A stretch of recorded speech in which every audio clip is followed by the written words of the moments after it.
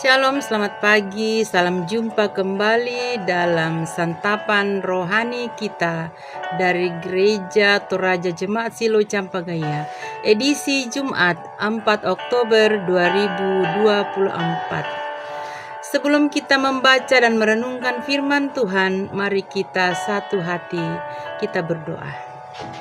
Segala puji syukur hormat kemuliaan patut kami persembahkan kehadapan hadirat Tuhan Allah pemilik kehidupan kami yang senantiasa setia di dalam ketidaksetiaan kami.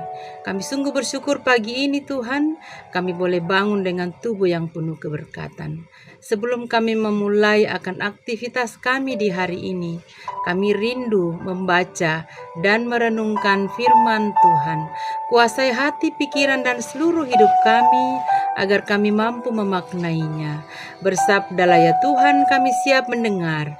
Di dalam keampunan Tuhan Yesus Kristus, firman yang hidup, kami datang berdoa kepadamu Bapa di sorga. Amin. Pembacaan Alkitab hari ini terpilih dari Ayub pasal 4 ayat 1 sampai ayatnya yang ke-21. Percakapan Ayub dengan sahabat-sahabatnya. Elifas menegur Ayub. Maka berbicaralah Elifas, orang Teman. Kesalkah engkau bila orang mencoba berbicara kepadamu? Tetapi siapakah yang dapat tetap menutup mulutnya? Sesungguhnya engkau telah mengajar banyak orang, dan tangan yang lemah telah engkau kuatkan. Orang yang jatuh telah dibangunkan oleh kata-katamu, dan lutut yang lemas telah kau kokohkan. Tetapi sekarang dirimu yang tertimpa dan engkau kesal, dirimu terkena dan engkau terkejut. Bukankah takutmu akan Allah yang menjadi sandaranmu, dan kesalehan hidupmu menjadi pengharapanmu? Camkanlah ini, siapa binasa dengan tidak bersalah, dan di manakah orang yang jujur dipunahkan? Yang telah kulihat ialah bahwa orang yang membajak kejahatan dan menabur kesusahan, ia menuainya juga. Mereka binasa oleh nafas Allah dan lenyap oleh hembusan hidungnya. Singa mengaum, singa meraung, patahlah gigi singa-singa muda. Singa binasa karena kekurangan mangsa, dan anak-anak singa betina bercerai-berai. Suatu perkataan yang telah disampaikan kepadaku dengan diam-diam, dan telingaku menangkap bisikannya. Waktu bermenung oleh sebab khayal malam, ketika tidur nyenyak menghinggapi orang. Aku terkejut dan gentar, sehingga tulang-tulangku gemetar. Suatu roh melewati aku, tegaklah bulu romaku. Ia berhenti, tetapi rupanya tidak dapat kukenal. Suatu sosok ada di depan mataku, suara berbisik-bisik kudengar. Mungkinkah seorang manusia benar di hadapan Allah? Mungkinkah seseorang tahir di hadapan penciptanya?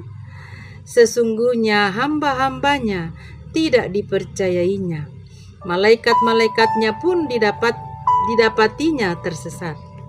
Lebih-lebih lagi mereka yang diam dalam pondok tanah liat, yang dasarnya dalam debu, yang mati terpijat seperti gegat.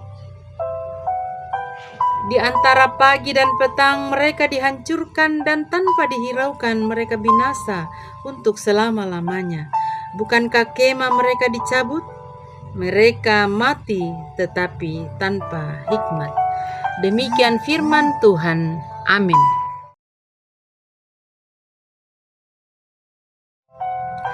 Tema renungan kita pagi ini, beriman kepada Tuhan.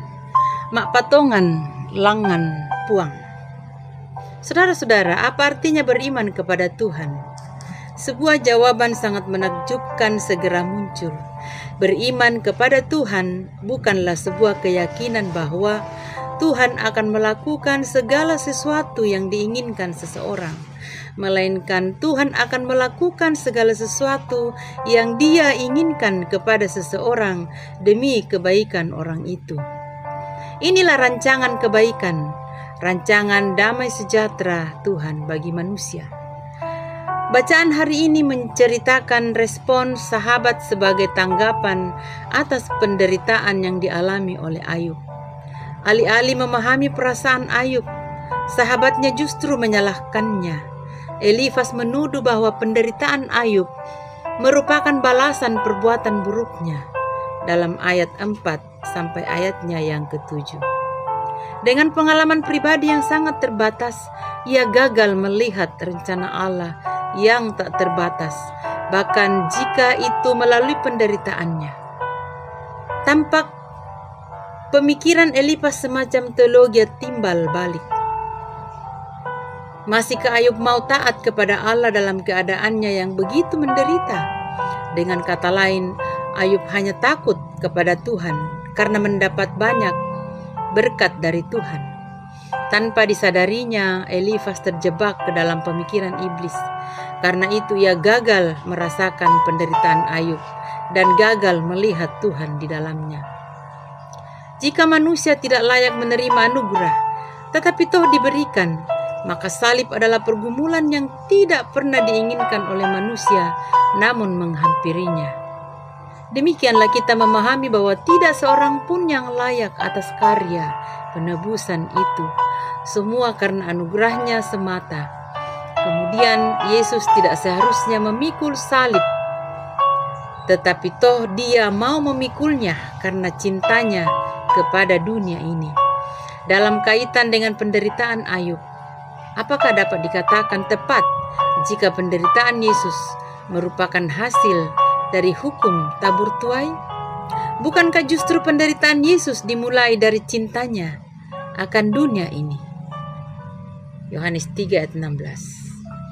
Karena begitu besar kasih Allah akan dunia ini, sehingga ia mengaruniakan anaknya yang tunggal, sehingga setiap orang yang percaya kepadanya tidak binasa, melainkan beroleh hidup yang kekal. Amin.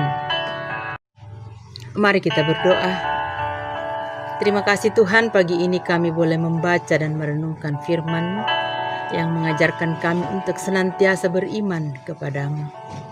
Kami manusia terbatas Tuhan, tanpa pertolongan dan tanpa campur tangan Tuhan. Kami tidak mampu memaknai firman-Mu ini. Biarlah firman-Mu ini terpatri dalam loh hati kami. Kami boleh menjadi pelaku-pelaku firman-Mu seturut dengan kehendak Tuhan. Bapa di surga, mengawali seluruh kegiatan kami hanya memohon tuntunan pimpinan Roh Kudus-Mu, mulai dari pagi, siang, sore hingga malam nanti. Tuhanlah yang berperkara di dalamnya. Berdoa secara khusus buat keluarga besar dari Jemaat Silo Campagaya, teristimewa saudara-saudara kami yang pada malam tadi bahkan tadi subuh berangkat menuju ke Tanah Toraja.